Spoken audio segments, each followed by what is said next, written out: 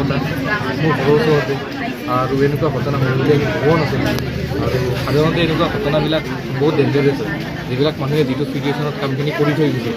দেখিবলৈ বহুত ভয়ানক হৈছে গতিকে এই ঘটনাবিলাকৰ পৰা আমাৰ সমাজে শিকাটো উচিত যে কেনেকৈ সজাগ হৈ থাকিব লাগে আৰু তাৰপিছত এতিয়া মই এটা কথা অনুৰোধ কৰোঁ পুলিচ প্ৰশাসনক যাতে এই ঘটনাটোৰ আঁৰত থকা মানুহখিনি অতি শীঘ্ৰে কৰায়ত্ব কৰে আৰু বিহিত ব্যৱস্থা কৰে সিহঁতক উচিত শাস্তি দিব লাগে নহ'লে এনেকুৱা মানুহ আজি এওঁৰ ঘৰত কালি মোৰ ঘৰত কালি আন কোনোবাৰ ঘৰত সোমাব নিশ্চয় গতিকে এইখিনি মানুহক যদি শাস্তি দিয়া নহয় এনেকুৱা ঘটনা আৰু পুনৰাবৃত্তি হ'ব গতিকে তাৰে লৈ মই আহ্বান জনাইছোঁ প্ৰশাসনক আৰু আমাৰ ৰাইজকো কৈছোঁ যে সজাগ হৈ থাকক ঘৰত নহ'লে এনেকুৱা চিটুৱেশ্যন কাৰ ঘৰত কেতিয়া হ'ব পাৰে একো মানে যিটো প্ৰচেছত কামখিনি কৰিছে হাত ভৰি বান্ধি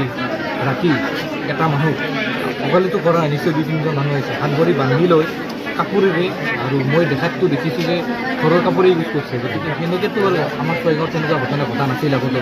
আৰু আজি যিটো ঘটনা ঘটিছে তো এইটো ঘটনা যাতে পুনৰাবৃত্তি নহয় আৰু ইমান নৃশংসভাৱে যাতে যিটো হত্যা হৈছে এনেকুৱা ঘটনা হ'লে আৰু নিশ্চয় আৰু সহ্য কৰি থকা নহ'ব এই চিটুৱেশ্যনটোত পুলিচে অতি সোনকালে একশ্যন ল'ব লাগে